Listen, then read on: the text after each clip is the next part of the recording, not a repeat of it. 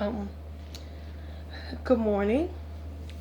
Um, this is Carly coming with this content that was sent to me. I believe it was sent to me yesterday or day before. And this content is quite disturbing. And after watching this, I'm considering writing to Congress, because it is getting to that point. This is a state of emergency that we're involved in here. So I'm going to play this video and then I'm going to come back with my commentary and you'll better understand why I'm making this initial statement.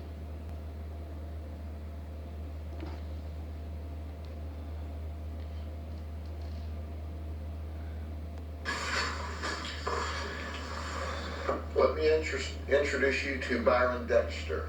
Byron Dexter is 21 years of age.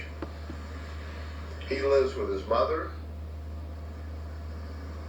his 16-year-old sister, his grandmother, and some small children at 415 Kirkland Street in Bradley, Florida. Yesterday evening at about 6:45, he comes out of his bedroom with a .22 semi-automatic handgun, points it at his 16-year-old sister and said, "What's going on?" She looks at him with a gun. She jumps up, starts backing up, grabs the smaller children, and is getting out of the way. His grandmother, Annie Parrish, she's a victim, but she allowed us, and the family allowed us to use the names, was sitting at the dining room table. He immediately turns the gun and shoots her in the neck. Did you hear what I said? Byron Dexter shot his grandma in the neck. His mother was in the room, heard the commotion. She got into the room just in time to see Byron fleeing out of the home, gun in hand. He ran north on Kirkland Street and somewhere in the neighborhood grabbed a bicycle. So when we find Byron, he is riding full speed south on Highway 37 from Bradley, Florida. Now, if you're not familiar with Bradley, Florida, what you don't understand is he could ride full speed for days from Bradley, Florida, before he gets to another population center. I mean, it is out through the woods forever. And then after you get out of Polk County, you can get into Manatee County and ride forever through the woods. So our deputies, who are simply the very best, catch Byron as he's pedaling as fast as his legs will take him away from the crime scene. We stop him, do a felony stop on a bicycle, take him into custody. He's got the firearm in his right front pocket. So we ask him. We were in the process of reading him his rights so we could ask him what was happening. So as we were reading him his rights, here was his spontaneous quote: "I killed the Black Queen, so I won the game." Did you hear that? I killed the Black Queen, so I won the game. Well, he didn't kill her. Because of the grace of God and great medicine at Tampa General, she is still in very critical condition, but alive from a gunshot from a .22 caliber firearm through the neck. The projectile is lodged against her spine, but she's not paralyzed. And with prayers and the good physicians and attention she's getting at Tampa General, our prayers are that she survives. So we take him to the station. We've read him his rights, and he's clearly clearly interested in saying, well, I killed the Black Queen. And then he says, I killed the devil. So you go, well, what about his mental history? He has 0 Baker Acts. He has never, ever been taken to the hospital or been admitted to, that we're aware of, to the hospital for mental health issues. He has suffered from mental health issues, according to the family. They tried to take him to the hospital on one occasion. He wouldn't go. He has no criminal history.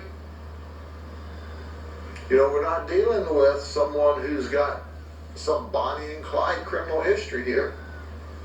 But on this particular occasion, he tried to kill his grandmother. Fortunately, he was not successful. Are there any questions about that? Yes, ma'am. What are his targets? Do you all know how long his goal is to kill his grandmother? Sure, he's going to be kept forever. I mean, we've got him charged with attempted first-degree murder with a firearm, and he's not getting out of jail. Okay, ladies, that's the video. We got to understand something here. We as black women, with regards to dealing with black men. Now, like the lady, there was a person who gave her commentary on this video that was sent to me by someone else, but I didn't want to use her commentary because I don't have permission to do so. Now, I'm going to give my commentary on this video. We need to understand, you know, this whole thing about equating acts of hate with mental illness. This guy has no mental health issues. There's nothing on record.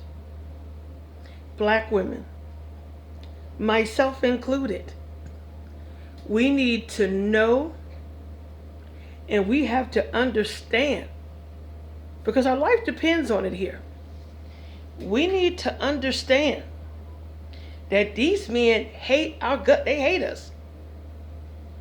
This is not a mental health issue. This is a hate issue. Now, if a white man would have did this and said, I killed the Black Queen, I shot the Black Queen, and, I killed the devil, or whatever the case may be, we say. If a white man would have said that, this would have got viral coverage. All of your race hustlers would have been all over this. I'm talking about your Sharptons, your Jackson, those others. We know who I'm talking about. They would be all over this. All the quote-unquote activists. If a white man had committed this heinous act and then referred to this woman as her color, by her color, as part of commission of the act, like the other commentator said, this is a hate crime, and it is. Just because black men are black, that doesn't mean that the crimes that they commit against us are not hate crimes. Because they are. I'm not putting white men on a pedestal or anything like that, or any other group of men. I'm just making a valid point. You know how black men are so quick to call black women black bitches. If a white man was out here calling black women black bitches, he would be subjected to some repercussions for that. Black men need to be held to that same standard. Black men need to be held to the same repercussions. You got all these pseudo relationship gurus that are festering all over the net. And you got low self-esteemed black women who are giving audience to these clowns. You know, being subjected to their disrespect.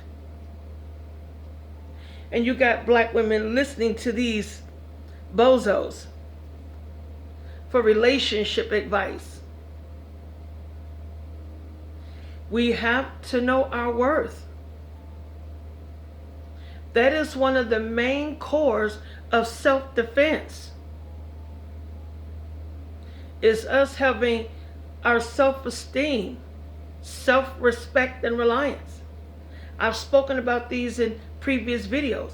These are things we need to have for ourselves in order to protect ourselves and look out for our sisters, our mothers, our daughters, our grandmothers, because as we can see, what this monster just set up here and did, shoots his grandmother in the neck. Okay, so we know grandmothers are not off limits either, as we see here and in other matters. You know, nobody wants to see black women happy or date or marry out. If a black woman's in a relationship, if her relationship breaks up, everybody celebrates it. And God forbid if he's not black. Oh, that's what she get, thinking that she can get with white zaddy. I saw another video where I believe I saw it in the African diaspora, where some white woman was invited on somebody interviewed in some video. And she's talking about how dirty and nasty white men have treated her, and black women are fooling themselves if they think white men are gonna treat them the way they should be treated, so to speak. Basically trying to quote unquote warn black women. Okay, that trick has been played for the last 15 years. Yes, we do need to leave the matrix. I've been saying that for the last 8 years when I first started my group. Some ladies, we need to step out the box and burn it for theirs to be no return. We need to leave the matrix. You know, we sit up here, we give more chances to these neck bone biscuit head bandits than they ever think about giving to us. You know, there's a movement that is going on. It's kind of, I think it's underground, but I think some people know about it, where there's a plot to get rid of police so they can kill and butcher black women. You got these religious zealots, and it's not white people that's doing it, even though I posted a video previously about the Ku Klux Klan targeting black women. And it was a white young lady who posted that. It was a TikTok video. I go to her page is not there. I'm still doing research in that regard, but as of yet I haven't found anything. While we have a lot of things that are going on that could be a hoax, but we as black women, we can't take any chances. And I've said that before. You know, looking at this video where this guy pulls a gun on his 16-year-old sister, then he shoots his grandmother. Yet another black boy that killed his mother on Thanksgiving. Look, we need to get real here. We can no longer afford to worry about what the police will do to black men should we have to call the police on them. We are going to have to remove that history out of our minds. We can no longer be considerate of that, because that consideration, ladies, that is costing us our lives. It's costing us our lives. It's costing us our safety. We're paying through the nose here. We cannot continue to be worried about, oh no, I don't want to call the police on him because the cops may come and do this, that, and the other. Meanwhile, he's bashing your face in, beating you half to death, beating you within an inch of your life. They don't show no concerns about us and our well-being and safety. Why are we doing this, ladies? We need to stop being in non-reciprocal relationships. Nothing is reciprocated to us at all. You got black women out here proposing to black men. How sick and disgusting.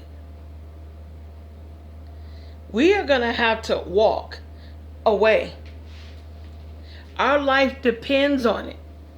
People are downing the divestment movement, swirling, whatever the terms are that are out there. You know, a lot of people are looking down on it, speaking against it. We can't worry about what people say about it.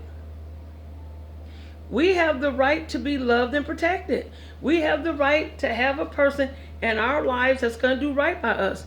If we're decent, educated, law-abiding, well-balanced, with black women, if we're those kind of women, and many of us are, why should we subject ourselves to abuse? Why be with this man because he's black? Oh, the black man, they got struggles. Well, we do too. In addition, we deal with racism just like they do. But on top of that, we deal with gender discrimination as well. Don't get me started on the Black Panthers. The whole quote-unquote civil rights movement. That's another video. But I'm gonna do another video on that and dive more deeply into it. Between the civil rights movement and the feminist movement, black women have been used, abused, and played. It's time to cut the BS out. It's time for us to put ourselves first in our lives. We don't owe anybody anything. I just want to make that clear. We owe nobody nothing. We are not obligated to be putting up with anything. So my question is, why? You get pregnant by these dudes and they kill you. Look, sisters, you got to stop with this, I got a man. You're up here risking your life just to say you got a man. It is not that serious. I'm not saying don't be in relationships, but we need to be more selective about who we're in relationships with. We got to start getting to know these men, be friends, get to know them, pay attention to their conversation. Too many of us are not doing it. So many of us black women still go about the crap that our mothers and grandmothers have just, fed us. Just totally hypnotized, brainwashed us with. You are a woman whether you have a man in your life or not. We have the absolute right to be picky. We have the absolute right to ask questions. We have the right to sit there and let that man run his mouth. So while he's running his mouth, we can listen. And listen, intently. Because the red flags will come out in the midst of all of the babbly-boo. The red flags will come out. We have to treat it like we would a job interview. If a guy thinking, oh, you ask a lot of questions, or I feel like I'm on a job interview.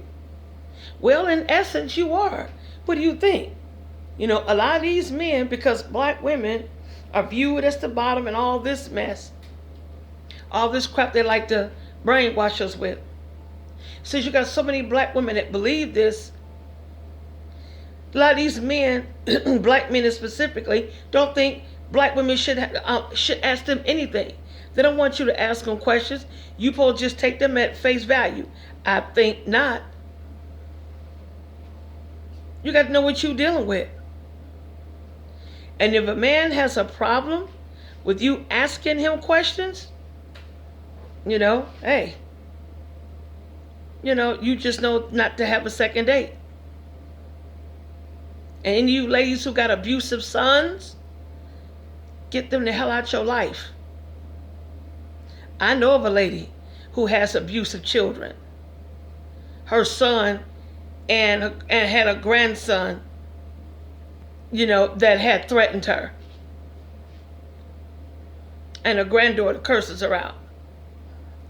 I'm like, girl, you need to cut them off. Off. I told her. I said, I'll cut off anybody if that means preserving my peace of mind. Peace of mind got to come first.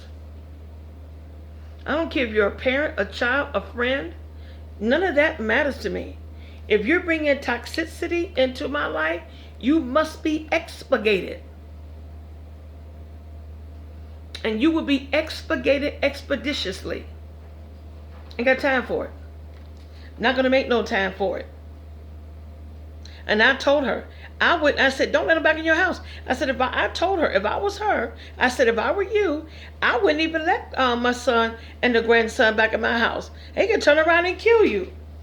We see it going on. We see it going on. We got about 85,000 black women and girls currently missing. The numbers are going up, up, up. But you know what, sisters? We got to cut the nonsense. We must band together. Band together with like-minded sisters. Form exercise clubs in your neighborhood. Walking groups and stuff. So we can get ourselves in shape. I exercise out in my house. I got space. I exercise, and they got videos on YouTube, 10,000 steps. I be doing that, walking up and down. I got a long hallway in my house, so if it's too cold to go out, oh no. I got a big island in my kitchen area. I walks around it. I go up and down the hallway. I march.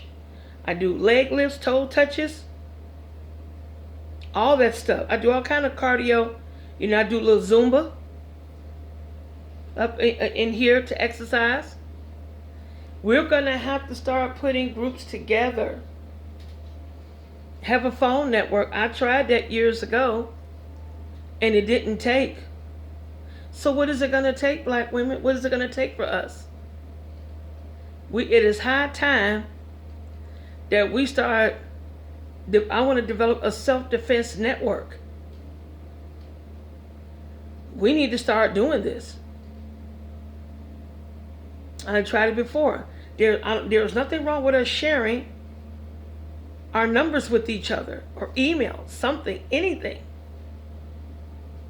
So we could be there to give each other support. You're feeling down, I'll talk to any of my sisters. If you're feeling down and you want to talk, it's going to be confidential. We can talk about whatever. We have got to be there for ourselves. We have to be our own cheerleaders. We have to be our own security. We have to be our own confidant. We have to be all of it for ourselves. There's too many of us out here not to do this. And I keep stressing about weapons and self-defense. And I will continue to do so. Some of the ideas that I will be presenting later on are quite unconventional. But so what? When it comes to self-defense, you don't have to be conventional at all. Be as unorthodox as possible. Because that can be used as leverage. That can be used as leverage. You want to have your home set up where you can be able to defend yourself in your home. Even if you're in your home walking around, ladies, you want to have something clipped on you. Have a weapon clipped on you. Because if you're ready, you ain't got to get ready. If you walk around your house, you got something clipped on you, and somebody tries to do something, whatever you got on you, whether it's bear spray or a gun or like whatever it is, because in your house, all bets are off. If somebody breaks in, you can use whatever you have in your possession. You can use for self-defense. I don't care if it's wasp nest spray. I don't care if it's oven cleaner. I don't care if it's WD-40. I don't care what it is. I don't care what it is. Sorry about that. I was shaking my spray. Doesn't matter what it is. You can use that. You're in your home. This is what I have clipped on me in my house. I have this right here. See, I have that thing. I clip it. And that's the safety that glows in the dark. And this is what I have in my house. I have this on me as I'm walking around in my home. Because I heard a loud noise earlier. And my dogs got to barking. So I have that, what I just showed you. And I grabbed something else that I won't show. And went to go to check it out. It just turned out to be somebody outside closing a door or hauling something out or what have you. Because even though there's security in my community, you know, and things like that, I'm a black woman. I know better. I'm not going to sit there and rely. We have to be our first line of defense. And sisters, we need to band together. You know, you got other friends, you know, like-minded. Form little clubs and stuff. We need to do that. And then we can form one, you know, national, you know, with all of us together. Maybe one year when the pandemic is over, we can all do a meet to greet. Pick a spot where we can all meet and, you know, or what have you. These are things we need to do. Everybody else has got their own little, what is it, quote unquote, clubs, cliques, whatever. We need to do the same thing. We're all we have in this world, black women. We're all we have out here. What is there to say? What else is there? We are all we have out here. If you got abusive kids, I don't care if it's of your father, your brother, your husband, nephew, cousin, son, don't care. Don't care who he is. You want to remove them, get them out. Out. You want to get them out. Don't let them in your house. I told that young lady, I would not let them back in my house if I were you. She put them out. She don't have them come over. She wanted to invite one of them over, one of her grandsons, and he just went to disrespect her. And I said, why are you allowing this? I said, why are you allowing this here? I said, I wouldn't have him over. No way would I have him over. I said, nope. I understand you want to see your great-grandchildren and stuff like that. For a peace of mind, I don't have to see them either.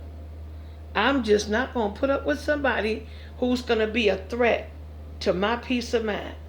I'm not going to let nobody be threatening my peace of mind. Nope, you're not doing it. Yeah, I would love to see my nieces and nephews, cousins, grandchildren, great-grandchildren, all that children, all of those things.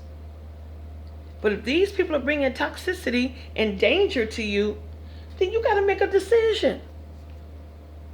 Got to make a decision. Damn the dumb, a decision has to be made.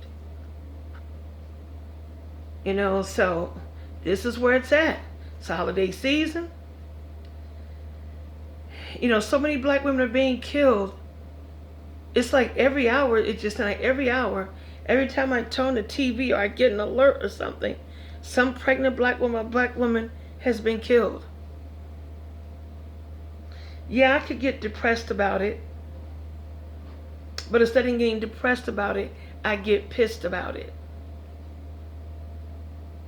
I can't let this get me down. None of us, we cannot let this get us down. We cannot afford it. Black women, we are all we got in this world. And until that is realized, until we realize and understand that we have to remove violent black men out of our lives, regardless of status and relation, this is going to continue. As long as we continue to worry about what other people think, about us exploring our options, this is going to continue. This mess is going to continue. We have got to we have to come to reality. These black men, they hate us. They hate the ground we walk on. And I'm speaking collectively. I hear people say, "Man, not all black men." Whatever.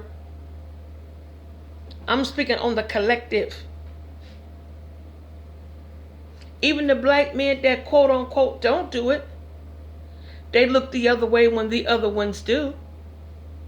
They're just like cops. You see a dirty cop violating somebody's rights, the so-called good cop looks the other way. Don't intervene, just totally acquiesce. Black men do the same thing. Black men could be beating up on a woman, beating her face in and whole 9 yards. Black men will stand around and watch. Won't intervene, won't say nothing. Oh, that's not my business. That's between him and her. That kind of, but let somebody do something to a white woman. Them niggas will pull out their Superman cape and will fly leap and bounds. Kryptonite won't even be able to stop them. To protect Becky and Karen and Lupita and Fong Fang and the rest of them. But when it comes down to us, oh no, that's not my business. So that's why I'm talking about all black men. Not just a collective because those so-called not all black men, I never see them stand up for black women too tough. You see black women out here getting beaten up, stomped all out the whole 9 yards. They don't do anything.